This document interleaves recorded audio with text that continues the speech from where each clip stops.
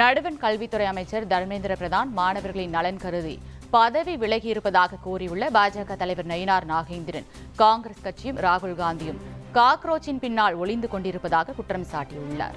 இன்றைக்கு மாணவர்களுடைய எதிர்காலத்தை, இளைஞருடைய எதிர்காலத்தை நான் பாதுகாத்துக் கொள்வேன் என்பதற்காக பொறுப்பேற்றுக் கொண்ட கல்வித்துறை அமைச்சர் இன்னைக்கு ராஜினாமா செய்கிறார்.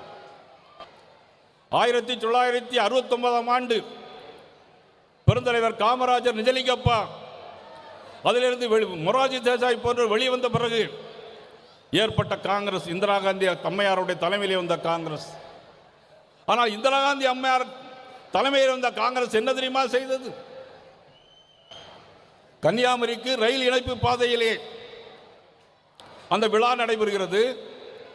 அந்த விழாவிற்கு அந்த நாடாளுமன்ற உறுப்பினர் பெருந்தலைவர் காமராஜர், அந்த பகுதியுடைய நாடாளுமன்ற உறுப்பினர் பெருந்தலைவர் காமராஜர், இந்த தேசத்திற்காக போராடிய பெருந்தலைவர் காமராஜர், அவருடைய பெயர் அந்த இடத்தில் இல்லை. அவமானப்படுத்தியது இந்த காங்கிரஸ், இந்திரா காங்கிரஸ் என்பதை மறந்துவிடக் கூடாது.